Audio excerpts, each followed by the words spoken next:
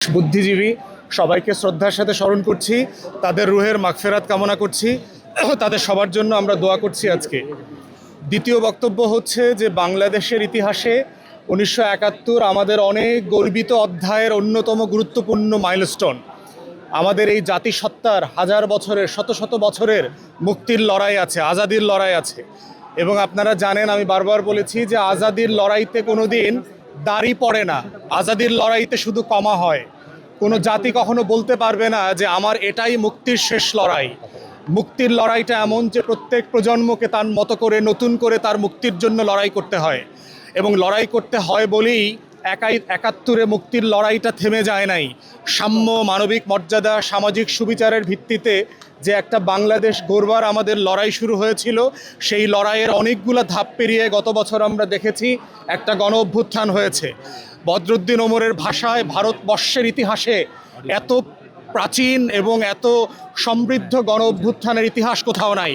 আর যদি পৃথিবীর ইতিহাস ধরেন, জেনজি পরিচালিত পৃথিবীর ইতিহাসের সবচেয়ে প্রথম এবং প্রধান গণ অভ্যুত্থানের জন্ম দিয়েছে হচ্ছে বাংলাদেশের তরুণরা। তাই আমরা 24-এর শহীদদেরকেও আজকে শ্রদ্ধা ভরে স্মরণ করছি। তারপরের কথা হচ্ছে বুদ্ধিজীবীরা বাংলাদেশ এবং প্রত্যেকটা জাতিকে পথ দেখায়, গাইড করে। আমাদের প্রশ্ন হচ্ছে, যেই বুদ্ধিজীবীরা আমাদের আজাদির লড়াইতে জীবন দিয়েছিলেন, তাদের মতো করে কি আজকের বুদ্ধিজীবীরা আমাদের দেশের পক্ষে দাঁড়াতে পারছেন কিনা? গত 16 বছরের ফ্যাসিবাদী আমলে দেখেছি বাংলাদেশের বিশ্ববিদ্যালয়ের শিক্ষকরা কিভাবে নত জানু দালালি করেছেন, চাকর বাটপারের মতো কাজ করেছেন আওয়ামী লীগের হয়ে। এবং বুদ্ধিজীবীরা যখন বিভ্রান্ত হয়, বুদ্ধিজীবীরা যখন বিভ্রান্তিকর তথ্য ছড়াবে, তখন বাংলাদেশ মিসগাইডেড হবে বারবার।